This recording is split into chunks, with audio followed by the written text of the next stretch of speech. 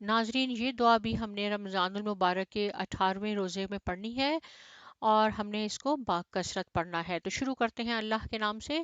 اعوذ باللہ من الشیطان الرجیم. بسم اللہ الرحمن الرحیم. رب اعوذ بک من حمازات الشیاطین وَأَعُوذُ بِكَ رَبِّ أَن يَحْضُرُونِ. اے میرے رب، میں شیاطین کی اکساہٹوں سے آپ کی پناہ مانگتی ہوں، اور میں پناہ مانگتی ہوں اے میرے رب کہ وہ میرے پاس آئیں.